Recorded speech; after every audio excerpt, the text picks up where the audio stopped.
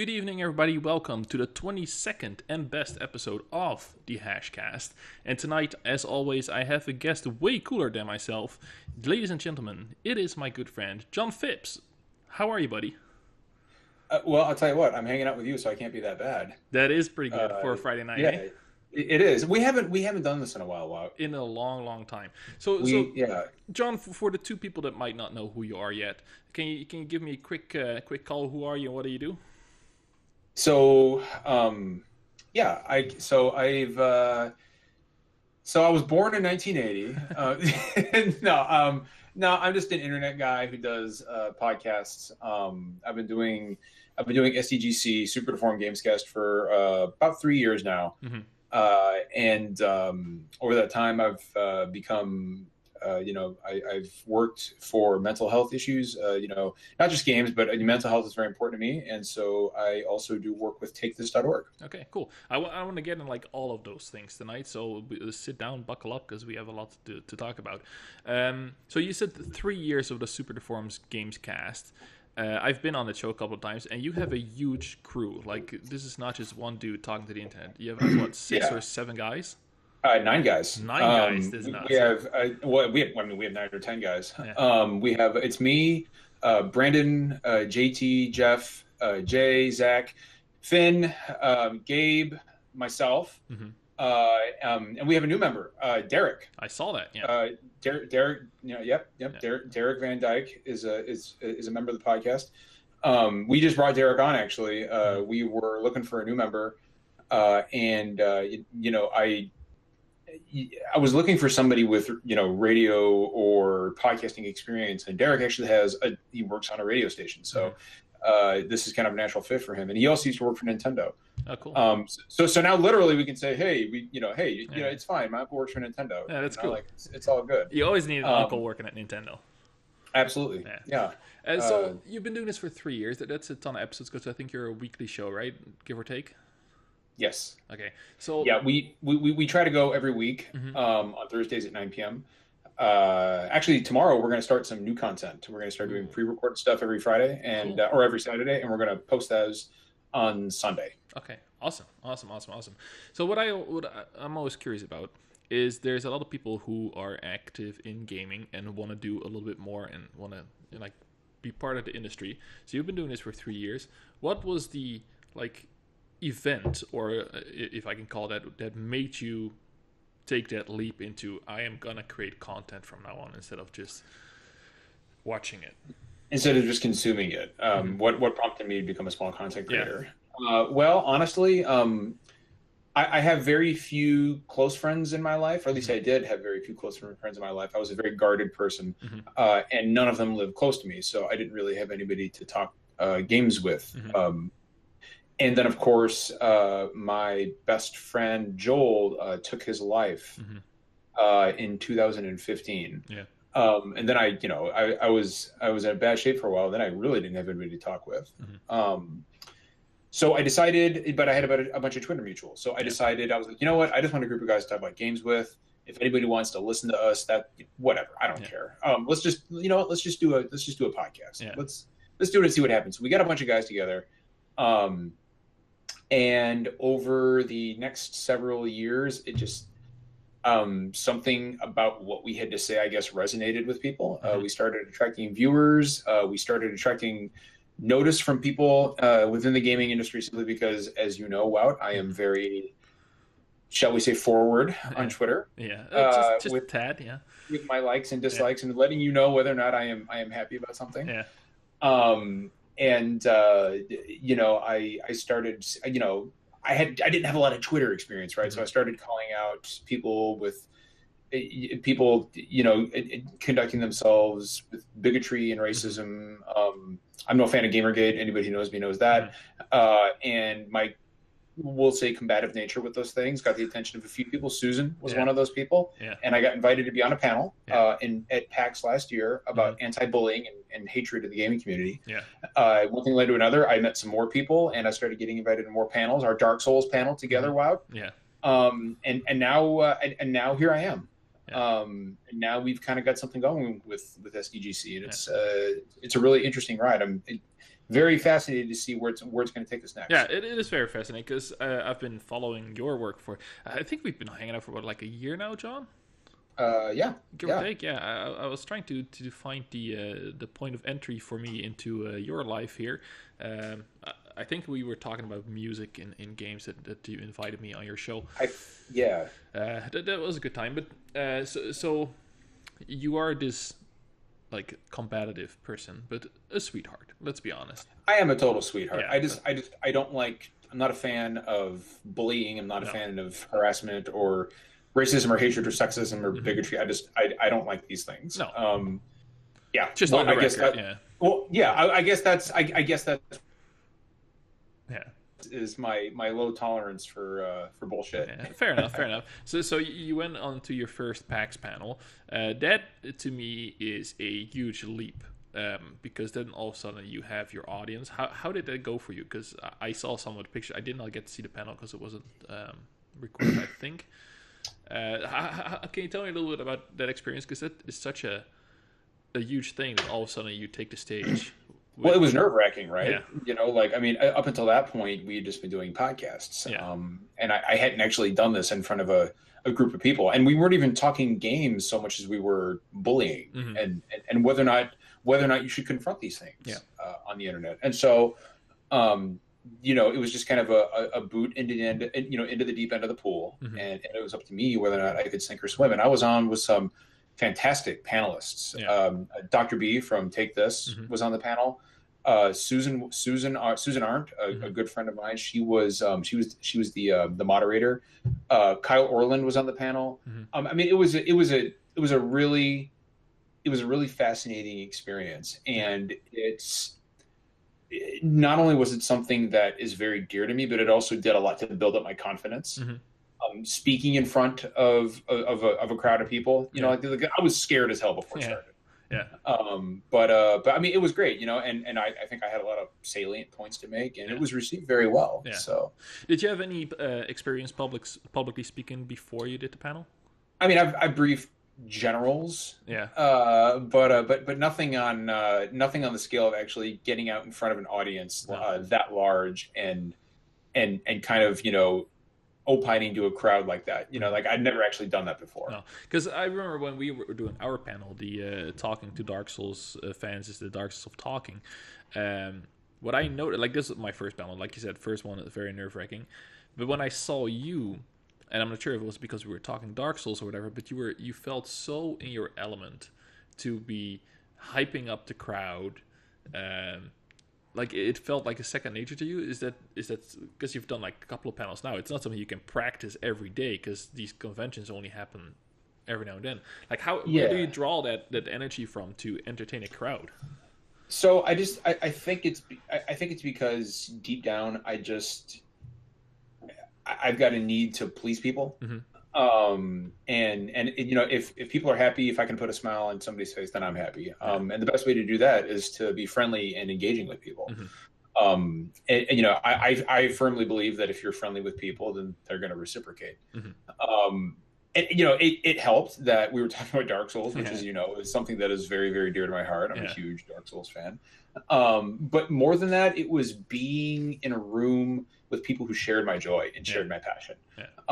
That to me, you know, to be able to have that back and forth with somebody that understands what you're talking about and appreciates your thoughts on the matter because of that shared love, to me, just honestly made the whole thing feel very natural and not forced at all. Yeah. That's pretty cool. Like I admire that, to have that natural, almost stage talent. Like I've done theater when I was a kid, but like I'm still like more closed off. I think even when a panel, like I kind of have a handle on it, but you were like greeting the sun in front of like 600 people, or that's something I'd always wanted to do, man. I was like, you know, before I went, I told the guys, I said, you know, I'm gonna praise the sun. And they said, "Are you sure?" I was like, "Oh no. I'm praising the sun in front of that crowd." And that's the thing, right? Like everybody, because I had done that before, and when I'm like briefing people for my job, like I just pretend I'm stretching just to see if anybody in the crowd gets it. And of course, nobody ever does, you know. But finally, I could praise the sun in front of a crowd, and literally everybody was like, "Oh, he's praising the sun." And it's just it's cool to be in that environment and have somebody, like I said, share that passion, share that love for something. It's just there's no better feeling in the world. Yeah. Well, that's awesome. So I would say that you have had like a pretty amazing year, even the last 6 months since PAX East, really. Can you tell me a little bit how that? Like, I know the story, but I want you to tell the story.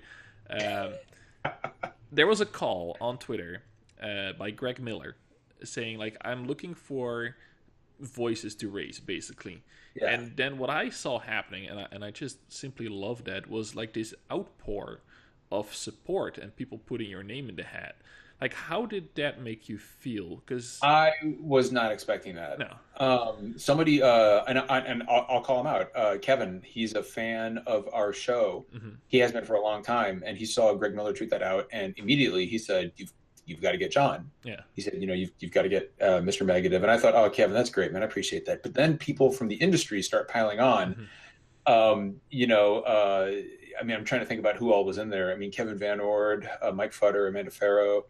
Adam from Mashable. I mean, like a bunch of people, men and women, started pouring in there. People who watched the show were like, "You've got to get John on. You got to get John on." And I thought nothing of it, right? And I was like, I really appreciate that, guys. Like, it was like that's. I didn't figure Greg was actually going to reach out to me just because it's you never expect the people you've admired for so long to you never expect to actually ever interact with them, right? Yeah. So I was like, right off the bat, I was just so moved by the swell of support for people. It felt like a complete validation of everything we've done and said on SDGC for the past several years. And I was like, man, like, it's just amazing to have friends like that. So I wasn't even thinking about Kind of Funny. I was just thinking about how many people, like, just appreciated us and what we do. And I broke into tears. I was on the couch and I got really emotional over it. And then, of course, like an hour later, I got a DM from Greg. And he said, "So apparently you are somebody that I should know." And I was like, "Wow. I mean, I don't know if I'm somebody you should know, but I mean, if you want to get to know me, man, all you gotta do is ask." And then, as you know, I got invited to the Kind of Funny Intersite tournament at PAX West, where I advanced. I advanced. I saw that. I was watching live. Yeah, you were, and I was able to. Some stiff competition from Justin at Constantly Calibrating. Those are a good group of guys, by the way. Constantly Calibrating. Those are a good group of guys right there. And Jared Petty from A Hop, Blip, and a Jump, which he's always a pleasure to. Meeting him was great. I've admired him for a long time. And then that damn Jeff Grubb, that damn Jeff Grubb who took me down to the second round because I couldn't make a pizza. I totally bombed Overcooked. It was such an embarrassment. That was terrible to watch, John. It was really bad. You're my friend, but that was just straight up bad. It was embarrassing. Yeah, it was really. I'm really bad at Overcooked. Yeah. I'm so bad. I couldn't tell what was the dough and what was the cheese. Like it was kind of weird. I did. Yeah. Well, luckily Jeff wasn't super good. Like he was the least worst of. He happened to get a pizza in the oven, and I didn't. Like that's come on, Jeff. That's why you won. That's why you won, Jeff. Yeah. Who won the whole tournament eventually? Because I tuned out after that. Yeah, I can't. I'm kind of an asshole. I can't remember his name. I think it's the guy from YouTube. It was the YouTube guy. Yeah, it was the guy from YouTube. Yeah. All right, well, that's pretty good. So this 3 years has led up to. You being at PAX West, and just when I thought you would not surprise me any further, what happened today, John? Yeah, so when I went to PAX West, we were told by Greg. He said, we were talking to him, and he said, "Hey, you guys are all great. Anytime you guys want, come on, Kind of Funny. If you're in San Francisco, I'll get you on the show." And I actually I ran into Greg later that night. Greg and Genevieve, who is a sweetheart, by the way. She's a lovely human being. I ran into them at the Messenger launch party at the Hard Rock Cafe up on the roof in Seattle, which was great. And I met a lot of cool people there. Like I got to meet Scott Lowe for the first time in person. Oh, yeah. We talked back and forth on Twitter a few times, but he's great. And I talked with Greg for a while. We kind of stood around drinking and talking for a while. And he said, "Hey, look, if you're in San Francisco, let me know, and I'll get you on the Kind of Funny." And I said, "That'd be great." Well, I sent him a DM, and I said, "Hey, Greg," I said, if it's hey, if that offer's still open, I'd love to take you up on it. Yeah. He said absolutely. Yeah. He said absolutely. So now I will be they got me in the schedule, and I will be co-hosting the Kind of Funny Games Daily with Greg Miller in San Francisco at their studio on November 15th. That is pretty awesome. Which is unbelievable. Like, I'm still kind of wondering if it's all real, because I think I've mentioned this to you before, but Kind of Funny was the reason. Greg Miller and Kind of Funny, Greg Miller specifically, was the reason I started podcasting. Like that was the inspiration for Super Deformed Gamescast. And just something lighthearted and fun. Just a bunch of guys talking about their shared passion for games. And it's interesting when you talk about, Kind of Funny has the best friends, right? Like, they're fans. They're the best friends. The guys on Super Deformed Gamescast have evolved from every single one of them have evolved from Twitter, Twitter pals to my legitimate support network. I give everything for every one of those guys. They've always got my back. I've always got theirs. We talk every day. We talk literally every single day, all day, because they're in my DMs.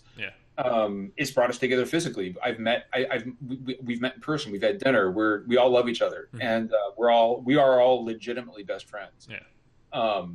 And so, just I guess the end result, as it stands right now, is not just appearing on Kind of Funny with Greg Miller, which is kind of like from a small content creator standpoint, is as big as you get, right? But like the real treasure at the end was our friendship all along, right?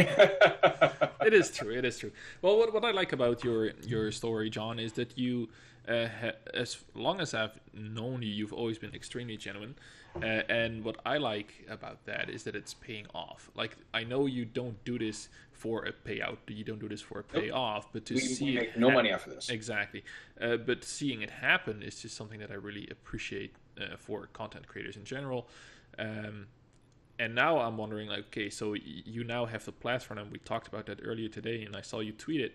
Like, you are now in the position to help others, because there's a million white guys like us trying to break into the internet, into the industry. That's why. That's part of the reason that this is so gratifying for me, right? Is that we had a lot of help coming up. Like, I'm not going to sit here and try to tell you otherwise. Like, we did not do this on our own. We had a lot of help from people in the industry. I mean, I wouldn't even be here if my eyes are so dry tonight. I wouldn't even be here if Susan hadn't given us a chance on that panel, to be perfectly honest with you. So shout out to Susan. So many people have done right by me, and now I want to be able to do right by others.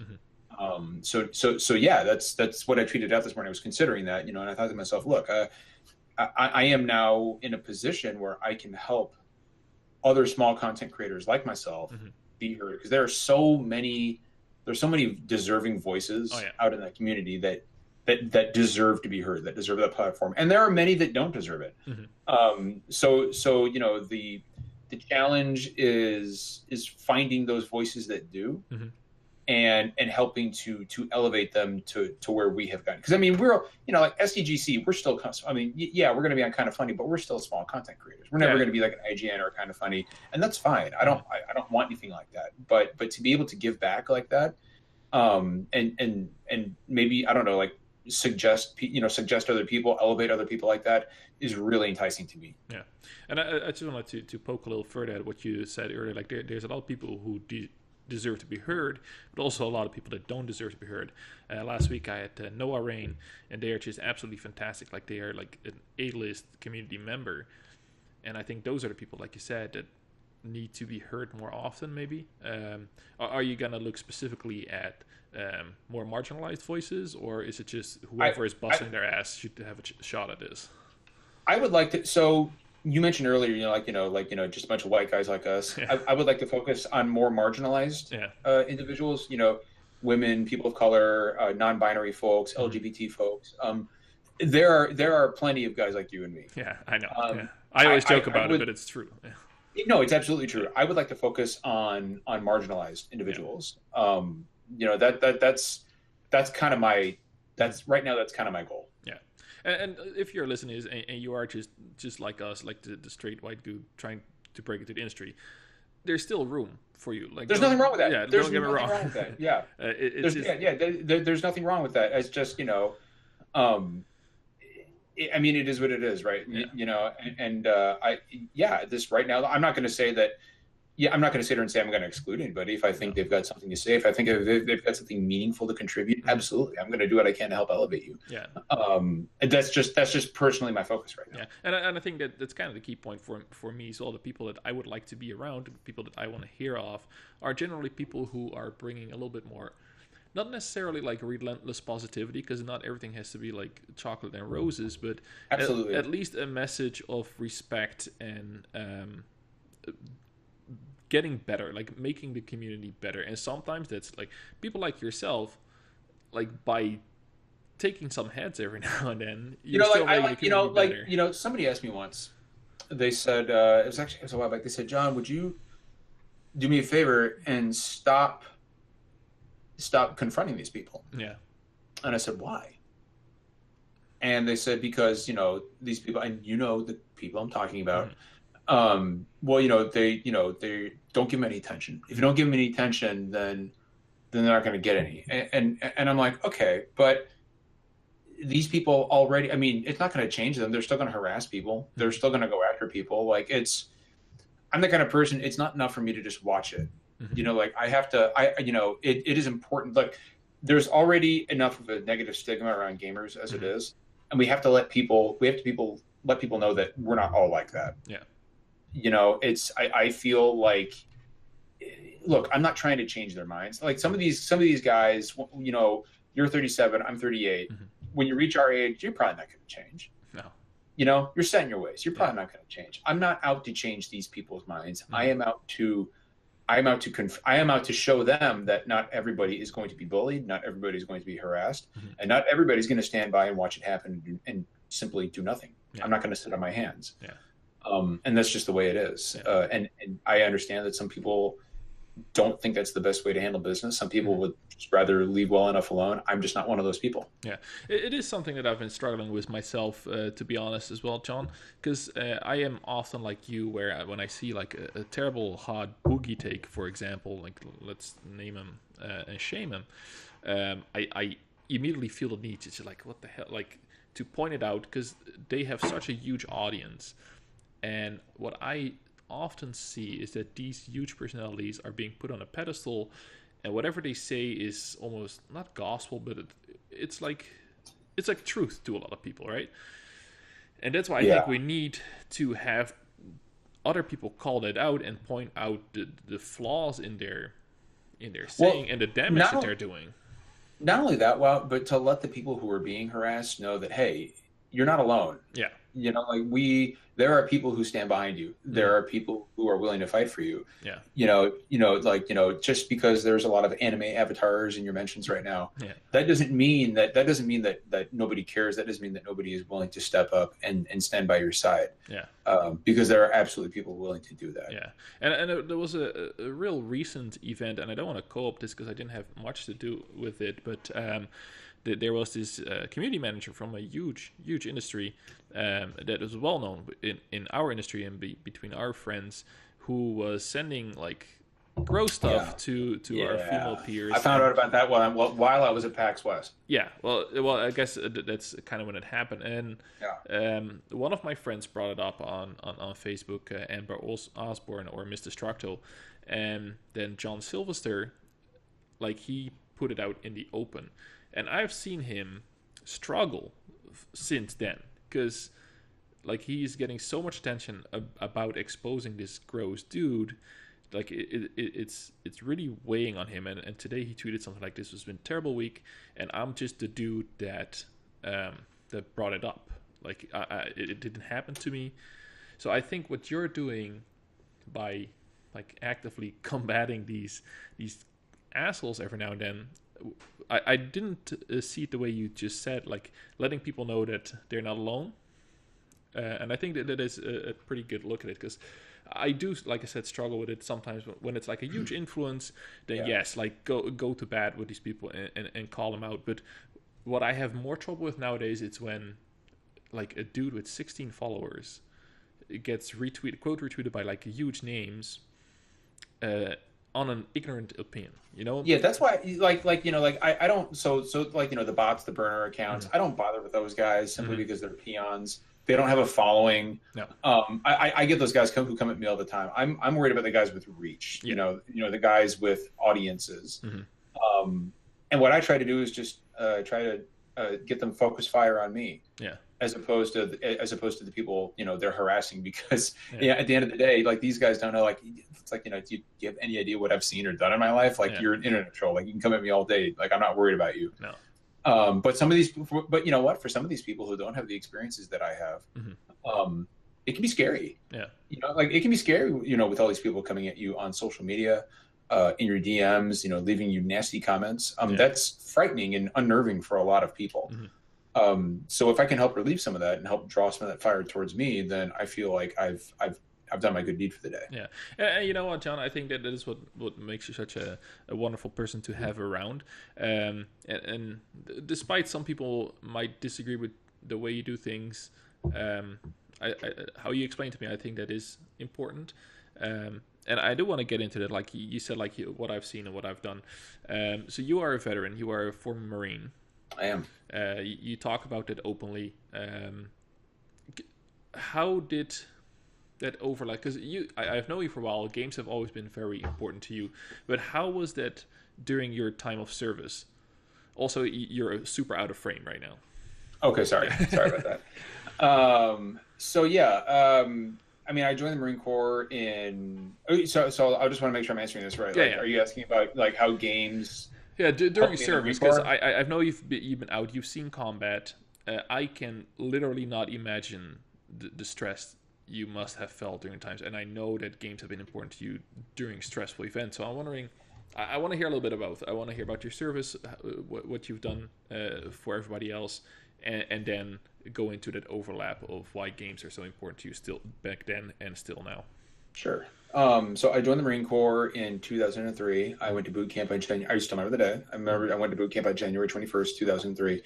I literally enlisted because I was a bartender in a small town. I was a college dropout. I wasn't going anywhere. And one night I was sitting in front of my computer. I think I was playing Jedi Academy or something like that. And it was like 3 o'clock in the morning, and I stopped, and I just kind of looked around me, and I was like, what the hell am I doing? Like I got to get out of here. The next day I went and I joined the Marine Corps, and I came back and I told the guys I was living with, my buddies, one of whom is still one of my closest friends to this day. I said, hey, just so you guys know, I'm moving out in 6 months because I joined the U.S. Marine Corps. And they're like, what? Like, the hell out of here. But I went to boot camp. I learned a trade. I went to war. My first deployment was in 2004. And I fought in the Second Battle of Fallujah, which was the bloodiest battle of Operation Iraqi Freedom. That's where I was almost killed. I was wounded in action on Mother's Day in May of that year, 2004.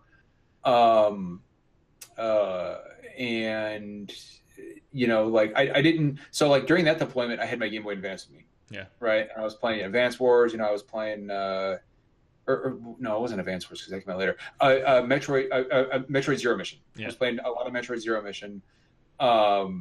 And I didn't have a lot of time for it because obviously I'm at war and I'm doing my thing. I'm doing things. I'm doing things at war. But I was able to play Zero Mission whenever I could. And then I deployed again the next year in 2005. This time I went to Ramadi, and I kind of spent some time back and forth between Ramadi and Fallujah. Ramadi was in what we call the Triangle of Death, and in Ramadi, it was basically like imagine just like Satan punched a hole in the earth and set his throne there. Like it was rough. Ramadi was real bad. Yeah. So when I was in Ramadi, I had my laptop and I played a bunch of bootleg Super Nintendo games on it. I'll admit it, because that was the only way we could do it. Yeah, sorry Nintendo, but that's the only way we could do it. Yeah. I played a lot of Super Mario RPG. I played a lot of Final Fantasy, Final Fantasy 6 because that's my jam. And then in 2006, the following year, I went to Afghanistan I went on 2 back-to-back deployments to Afghanistan. So I went for 6 months, and then I came home, and 2 weeks later, I was like, oh, screw it, and I went back for another 6 months. Afghanistan was a little nicer. We were still doing missions and stuff, but I had plenty of time back at the FOB, which is the forward operating base, and I bought myself just like a little CRT television, and I had a PS2 at the time, because now this is the age of the PS2, and that's where I played Final Fantasy 12 for the first time. Was in Afghanistan. Kingdom Hearts 2 was Afghanistan for me. And played the God of War games, and it was one of those things where, gaming, as has always been very important to me for for personal reasons. Like growing up, my dad wasn't the best, as I've said before, and Final Fantasy VI has always been kind of a landmark game for me. That's really like games were a fun hobby for me, but that's really when it got serious was Final Fantasy VI, when I was about 15 years old. And ever since then, like, whether I be at war or peace, gaming has just kind of been my anchor. And it's one of those things that's brought me a little bit of solace when I was surrounded by just this sea of sorrow, because being at war, like, quite frankly, it sucks. Like, it's no good. I'm telling you right now. I don't recommend it. I don't recommend going to war if you can avoid it. Like, it's not fun. You've heard it here first. It's not fun at all. No. Not a good time. But gaming was one of those things that was able to, I guess, for lack of a better term, tether me to the life I left behind. If that makes any sense. It made me feel real. It made me feel not just like I was a U.S. Marine, but it made me feel like John again. And that, to me, that was something that was very important to me. And then as a civilian, I got out of the Marine Corps eventually, and I did some civilian work in Jalalabad and Nangarhar province in Afghanistan. And at this point, I was a civilian, so living conditions were a lot better. I had my own room, like I got a flat screen TV. This was 2009, 2010. And I God of War 3 and Final Fantasy 13 and a bunch of other games. Because like, at this point, I was in more of a leadership position, so like, at the end of the day, I could just go back to my room for a few hours and play some games before I fell asleep. And it was crazy too, right? Like, playing Final Fantasy 13 and, like, hearing every now and then we get a rocket attack. I was in a nice secure facility, so I'm not worried about it. It's like, and I'm like, damn it, like, because the power would go out, and I hadn't saved in like 2 hours. I'm like, Taliban. That's just the worst. I know it's terrible, but like, gaming is one of those things that I'll like, wherever and now, with the, especially now, like, with the Vita and the Switch, like, I can take these console quality games anywhere I go. I don't know if I'll ever go to war again.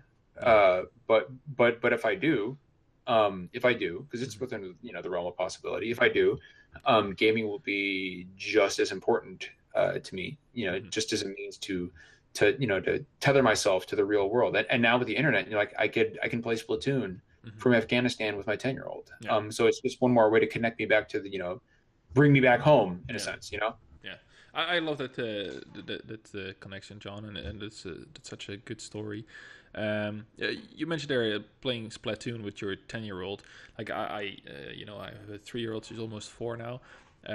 Is there a connection there with your kid playing together? Because I can't wait for if she takes after that. Let me tell you. So, like, you've seen Spider-Man: Homecoming, right? Yeah.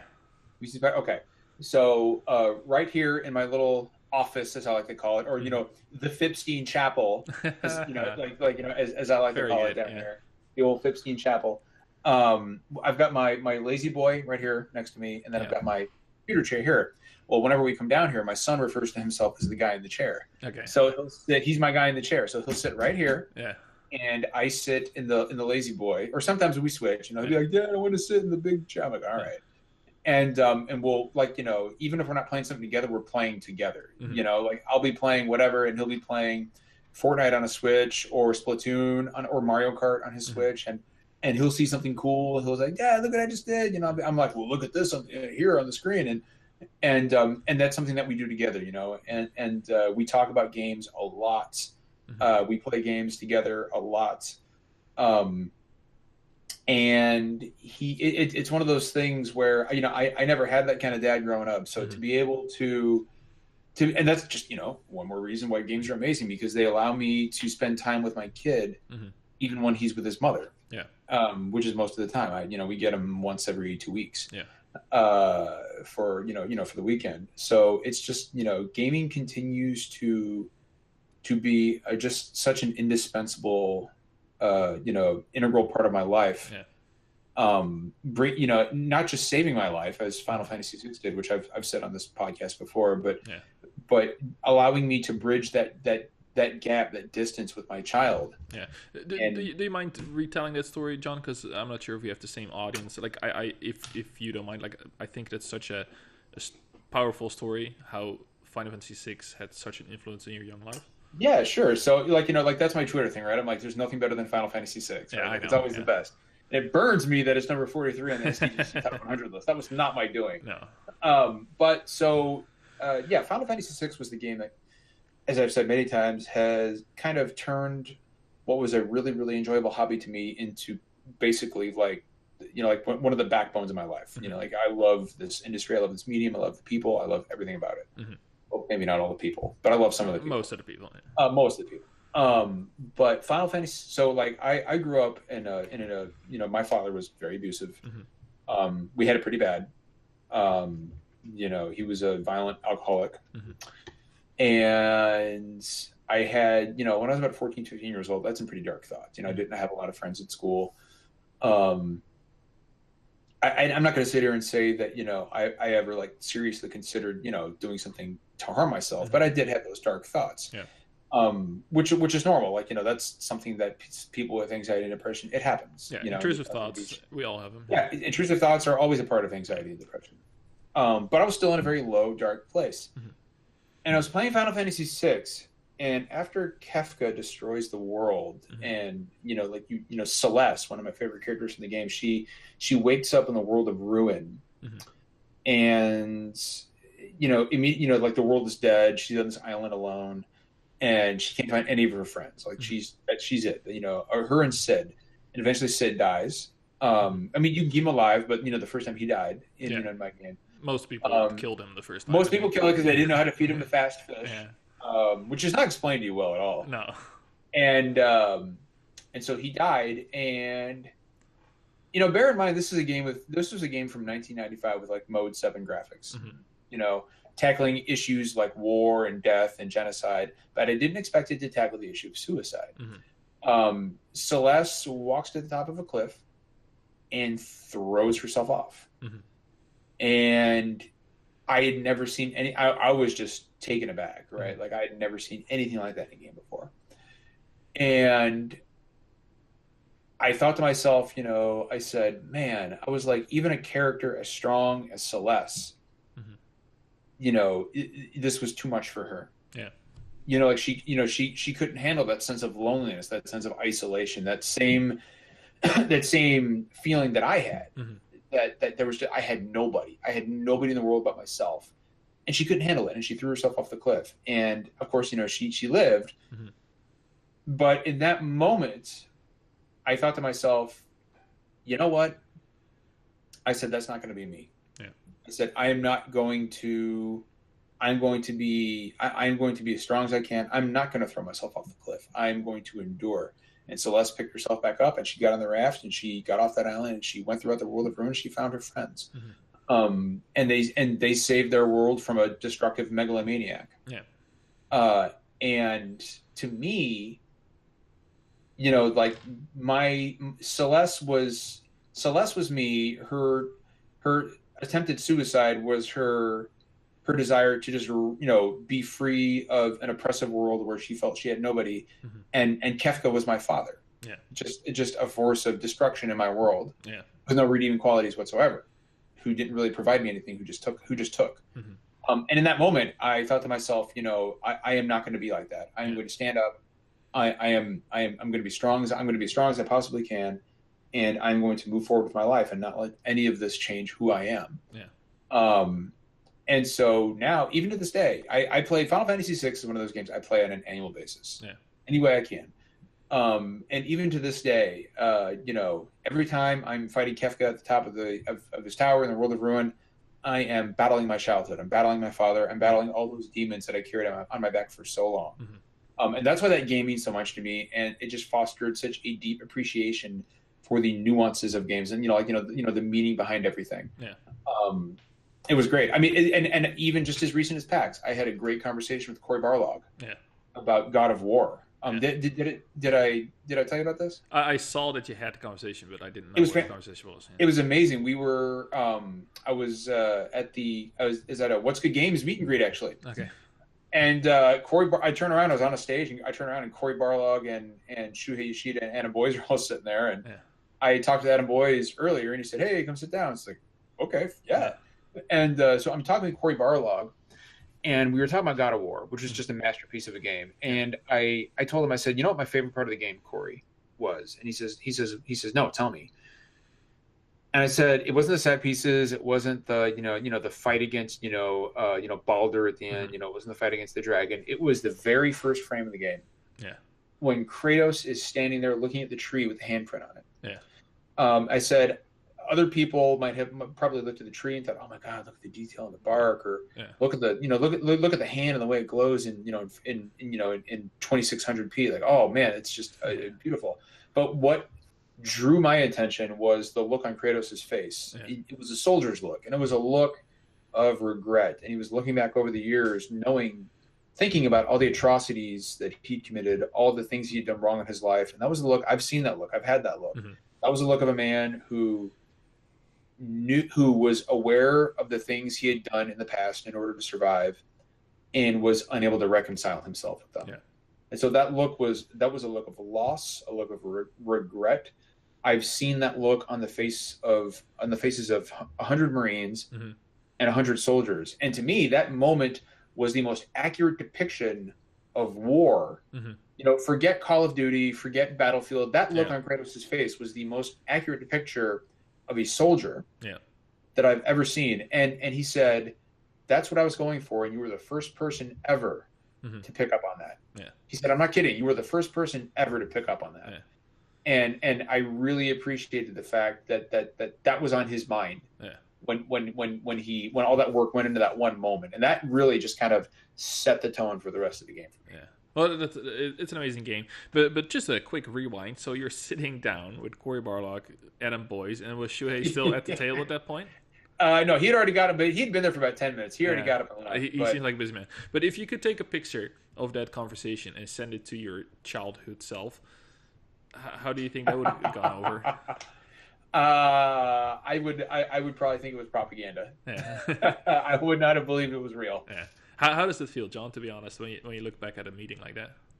Surreal. Yeah. I played God of War when I was in the Marine Corps. Yeah. I remember reading the review for God of War in EGM, and I was like, "Oh, this looks dope." Yeah. Because that's what. I was a young Marine. That's what I cared about back then. Tearing people apart. Yeah. It's great. And who would have thought that? I mean, that was in 2004, and who would have thought that 14 years later I'd be having a drink with the creator of that very game, talking about the nuances and the growth behind the character of Kratos. Like, you can't make this stuff. Like, it's just unbelievable. Yeah. It's unbelievable. I'm still not sure it's real. It's a funny world we live in every now and then, isn't it? It really, really is. Yeah. Do you think you, as a former Marine, I think you have a unique view on these things, and you pick up things that I definitely would not pick up on. I heard you talking about pitching a panel. Would you mind sharing a little bit on that? Yeah, sure. So I had an idea for a panel, maybe comprised of members of the gaming community, members of the industry who are veterans. I've already got one person who's confirmed to be on the panel. I'm not going to say who that is. I think I can guess who that is. Yeah. I'll tell you afterward. I'll tell you after we're done. I don't want to let the tiger out of its cage just yet. But I would like to talk about the mentality of war in games, whether or not games can or even should accurately depict a soldier's mindset in combat, because it's much different than pay X to press respects. And whether or not games should be, or whether or not a war game would make a viable survival horror game, because that's really what war is. It's a survival horror experience. I have never been more frightened in my entire life than I was when I was getting shot at. Yeah. And even after even the first time, it was just as terrifying the 10th time as it was the first time. It never. Anybody who says, "Oh, I'm used to it now," you're lying. Yeah. You don't have to try that hard to fool me. Yeah. War is terrifying, and I think it is the rawest, purest form of survival horror there is. And I think there is a valuable discussion to be had as to the nature of those experiences as translated to video games, and whether or not that is something that, forget should it be translated to a game, can it be translated to a game? Yeah. Can you accurately capture the fear of war and digitize it? Yeah. I think there's a valuable. I think there's a very valuable conversation to be had there. I would love to hear all about that, John. Make sure you do that PAX East so I can actually come and watch it. But that's fun. I think that's another thing that I love that you bring to the industry, because we have all these voices. This is one I don't hear about often. Like I know the guys from StackUp.org pretty well. They're the only guys that I know that would be able to talk to this. So that's pretty cool. So you talk to the creator of God of War, and then you're on to create your own panel on these subjects. I think that's pretty interesting. And what I also love, John, and I know this is a big love fest from me to you on this episode, but that's why you're on the show. I'll take it, man. Yeah. Throw some love my way, man. You should always take it. Like you said in the beginning, you do a lot of work with Take This. Did I understand correctly that you are part of their ambassador streamers? Yeah, so SDGC is among a small group of very privileged individuals who were named as the inaugural Take This streaming ambassadors. And we just found that out this last Saturday while I was at PAX. I was there working as a TakeThis.org volunteer, working the Hope booth. Because as you know, mental health is I suffer from mental illness myself, so it's very important to me. We're going to find out what the we should be finding out what the more intricate details are sometime this week during a video orientation. But to be able to really do more to give back to individuals who are suffering from mental health, and I'd been involved with Take This, before. Like I wrote for them.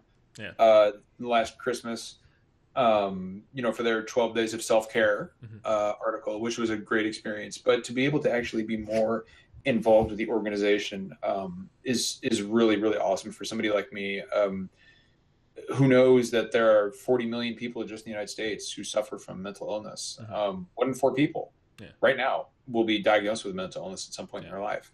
And one of the worst things about having mental illness is feeling like you're crazy or feeling like you're alone. You're neither of those things. No. And my goal is to try to help people remember that, help to try to help people realize that. I talk very openly. You've seen, I talk very openly about my mental illness on Twitter, because I have nothing to hide. I'm not ashamed of any part of who I am at all. Yeah, I had Dr. B on my show. I think it was episode 12, and I had a conversation with him on the show where I recently had this panic attack when I was at work, because I was very unhappy at work. Something happened and it just triggered this huge wave of anxiety for me, which I never had. I thought that I needed a doctor, because I did not recognize the feeling. I did not recognize the physical reaction that I had. So I was very concerned. And then I went to the doctor and they said, well, that's probably an anxiety attack. Yep. And after that, I felt the need to not mention it. I felt the need to play it off, even to my wife, saying, well, it's nothing. It was probably too much coffee. And that's what I like about you so openly talking about that, because again, I think it's a great support system for the people like myself, even, who still feel the need to repress their call for help, really, because that's really what that is. Yep. And even on a platform like Twitter, which is, it's somewhat disconnected, but still, I think people like us who are very active on Twitter do have maybe connections with people that go beyond the screen of your computer. That's why I keep my DMs open. Yeah. I tell people often, hey, look, straight up, I'm not a licensed therapist. I'm Mhm. not a psychologist. I Mhm. can't give medical advice. I would advise you to speak to a clinician. Mhm. But if you are feeling anxious and you just need somebody to listen to you, Mhm. and you need somebody to talk you down off the ledge, whatever, Yeah. my DMs are open. I'm available. And people, I am actually surprised at how many people have taken me up on that. Yeah. And to be able to just kind of help relieve those people and reassure them that everything is okay and there's nothing wrong with them, that it's going to get better, Mhm. is just like it's just affects me on a level I really can't explain. Yeah. It's almost a form of therapy for me to be able to help those people. You know what I Yeah. mean? Yeah, no, it's great, and I see you regularly checking in, which is a simple tweet like, "Hey, how was your anxiety today?" And almost every time people respond to that, Yep. Every and time. there's a need for conversation on mental health, and I think it's more important now than ever probably to have that out in the open. I Um, think people want to talk about it. They just need to be kind of given that push to talk about it. yeah, yeah, no, and it's great if you are the one nudging those people forward, because here's how I always feel about the gaming community or industry in general. There is a lot of bad shit. Like, often when it hits the news, Yes, it's there not is. positive. But I am 100% convinced that there is more good than terrible thing. I think we're just very bad at putting the spotlight on the good. My friend on Twitter, Beaten Down Brian, he had a great thread yesterday because he's in Europe. So for him, yeah, yesterday, on all the good things that come out that we just neglect to see or I saw that yeah, actually. yeah, he's a wonderful fellow, um, and that's what I want to do with like even with a show like this to highlight all the positive, all the good in it. And I'm glad when I see you put in work, because it's a lot of work. Like, It is. do not underestimate how much effort goes into what you do. Um, I mean, just from a mental standpoint, it's yeah, exhausting. yeah, especially when you take those questions, when you take those DMs, like that, you can't just do that off the side of your desk when someone actually reaches Yeah. out to you. And that's just genuine gold, I think, that we have in you, and that kind of leads me to my the last thing I wanted to talk to you about tonight, at least, because we'll be talking in the future. Of course. You do all these things, John.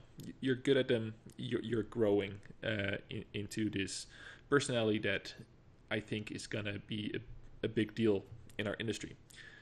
However, you say like, I do this for free. I don't. It's not a business for you, but I think Nope. we should talk business just a little bit, Okay. because I think the people that are the most successful in our industry are people who give back. So you already get that check mark down. But now, say you hit the big leagues. Say you're going to go on the Greg Miller show on Kind of Funny Games Daily, and it really starts to pick off. You have your show. I know you're going to keep doing that with the same guys in the same format. But how much good could you do if you would be able to turn this into a pro job? Is that something that's on the table at all for you? I mean, it all depends. Honestly, so if this were to turn into a job, I mean, I've got nine other guys to think about. Mm-hmm. Um, like let's say we decided to monetize it and Mm-hmm. turn this into a real, you know, thing. Mm-hmm. That's a lot of money to split 9 ways, 10 ways, and it's one of those things where like, not to toot my own horn or get too deep into it, but I make a pretty good salary doing what I do Mm-hmm. now. So there's that there's that standard of living that I've got to Yeah. consider. I would love to, Mm-hmm. simply because I'm kind of tired of my current job and I just don't want to do it anymore. Yeah. You know what I do for a Yeah. living, but at the same time, I also understand that I have a responsibility to be able to provide for the kid and and Mm-hmm. Vicky. So while it is something that I would love to explore, maybe it's like a secondary thing. Mm-hmm. That really I think I will know by the end of this year whether or not that's something that's going to be viable. Mm-hmm. It all just depends on how much we can grow. Yeah. It all depends on, because I mean, we still don't have the biggest audience in the world. No. And in order to monetize stuff like this, I mean, you need subs, you need an Yeah. audience. And not only that, but I love every one of those guys. I value them, and the last thing I want is anybody to be arguing over anything like that. Mm-hmm. You know, so I think there's something to be said for just protecting friendships as opposed to doing anything else with it. Having said that, you're right. There are avenues or paths down that road that would allow me to, I don't know, I guess for lack of a better term, reach out to people more, minister to them more. But that's just something that like remains to be seen. I think I'm going to need some more time on that one. Yeah, and it's not always up to us, I guess. Like opportunity has to come knocking. I think it's been scratching at your door for quite some time, and now it's just a matter of time to see where this goes. And I feel the struggle. Like I think people in our position that are always living on that cusp of either I'm going to go all in or not. Well, and we're like in that weird position, right? Yeah. Like, I mean, so like this past year, we got our first media passes to E3, mm-hmm. you know, and so like, you know, I'm going to be on Kind of Funny. Mm-hmm. You know, we're getting invited to PAX panels. I got invited to a panel at PAX Unplugged. Mm-hmm. You know, we're in that kind of that weird in between where, you know, we're not like an IGN or anything like that, but at the same time, at this point, we do have our foot in the door of the industry. Mm-hmm. Like we're in Kind of Funny's orbit now. You know, so we are at that point where people like for example, like that meme, that stupid meme, like I had people at that roof party. Yeah. You know, at the Messenger launch party who recognized me because of that meme. Yeah. I had no idea who these people were. They were like, I knew the meme before I knew you. Yeah. People are going to recognize the beanie you're wearing tonight because yeah, they will. That's exactly why I wore it. Yeah. The most distinctive thing about me now. Yeah. Thank you, Javier. Physically, anyway. Yeah. But you know, I would say we're at the point where, like, you know, like this was the first PAX where people stopped me either at the Hope booth or in the hallway and say, "Hey, you're Mr. Megative, right?" Mm-hmm. I'm like, "Yeah, I am." Like, "What's up? How the hell do you know me?" Yeah. "Oh, I've been following your Twitter for a year. Like, I love the things you say about mental health and blah blah blah blah blah." And so like, yeah, there is that moment of like, you know, after the fourth time that happens, of thinking it's happening, it's really happening, but what as to what scale that's gonna or what form that's gonna take at the end, I think it's probably too early to say. Yeah, it is, and. Like I would love to see it because like I mentioned a couple of times now, people like you, I think, deserve to be in the spotlight because you definitely do good in this industry. So I'm cheering you on, man, and you know this. I just want to say, like, I couldn't do any of it without any of the SDGC guys, man. Yeah. Like, I am nothing without them. They're such a good group of guys, every single one of them. Yeah. And no, they're all wonderful. I've met. Yeah. I don't need to tell you that, man. They're so awesome, all of them. They are all great guys. But like I said, like 10 is a big group. I don't know how you manage it because I can barely manage myself on my own podcast. So I applaud you there. Is there anything cool coming up? You mentioned earlier you're going to do some pre-recorded content. Is that still big secret? Yeah, we're gonna do some pre-recorded content every Saturday. We're going to have those out on Sunday. I am finally bringing back my anxiety podcast, The Support Class, on Sunday. Mm-hmm. Myself and Justin, I think, are going to be doing that at RoboPlato on Twitter. Mm-hmm.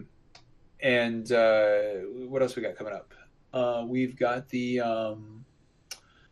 we're going to start doing video reviews as well. I think our first one is going to be me and Finn. We're going to talk about The Messenger, which is a phenomenal game. Cool. It's just that is a treasure of a game right there. Yeah. And yeah, you know, like, so we've got more things. We got more things coming down the pipeline. Yeah. We kind of slipped into the ending segment there because I always end on podcast and shill. But since we're shilling hard for what we're gonna do, I'm just gonna cut that in right now. So go ahead. What would you like to have the viewer pay attention to over the next couple of weeks? Well, if you're going to listen to one podcast in the next week, listen to the Hashtagonist. But if you're going to listen to two podcasts, I highly recommend you listen to Super Deformed Gamescast, better known as SDGC. Every Thursday night at 9 p.m. we do live podcasts on our Twitch channel. It's twitch.tv/official SDGC. You can find me on Twitter. I'm at Mr. Megative with an M, so MisterMegative. And from there, you'll find all the rest of our guys. You know, and I cannot stress enough how awesome they are. And a shout out to Brandon, Justin, Derek, who's our newest member, Jay, Finn, Jeff, JT, Zach. Those guys are just those guys. I've got so many people. Gabe, Gabe down in Brazil. I've got so many people on the podcast now. It's like, oh my god. Yeah. Come catch us every Thursday. We would definitely appreciate that. Awesome. Give us a subscribe on Twitch. We'd love that. You should. So I have to shill for myself, and I'm super bad at this. But if you are already listening to this, by some random chance that you don't know how you got here, I am the Hashtagonist, and you can find me on Twitter as well under @the Hashtagonist. And you can find all this stuff on the YouTube and the SoundClouds. And if you really, really like it, you can always visit me on patreon.com/the Hashtagonist. I will be introducing a new show, which will technically go up before this one goes live, which is Hashtastic Games, where I'm also going to do video reviews, John, because you got to get that demographic. And my first one will be on Shadow of the Tomb Raider that I've been playing through this week. And you'll be hearing my thoughts on that as well. So, John, thank you so much for sitting down with me on a Friday night and have this conversation. I've been wanting to do this with you for a while. Usually when we are on podcast together, it's a big shit show. So I'm glad we got to have it. Well, that's because you're normally on SDGC, which is just a total trash fire with technical problems coming out every pore. But I just want you to know, man. I'm delaying my Spider-Man play. Yeah, no, I super appreciate it. Man. So that's love right there, baby. That's what that is. I didn't get Spider-Man, so I could just do this without any issues. I have too much on my plate right now to get into Spider-Man. So again, thanks so much. I really appreciated it. I really enjoyed having you on right now, because in a couple of months when you're going to take off, you're going to be #who, and then I'm going to be missed out on the opportunity. Character, he won't leave me alone. This guy he keeps DMing me saying, John, who are you? Who are you? Star-Lord, man. You know that's not gonna happen. I know. So if you're still listening to this endless ramble, I hope you enjoyed the episode. If you are struggling with mental health issues, always reach out, because there's always someone willing to listen. And if it's not John, maybe someone who can help you a little bit more. Check out takethis.org as well. They're a fantastic organization that is highly needed and highly appreciated in this industry. Absolutely. Thank you for listening, and tune again next week.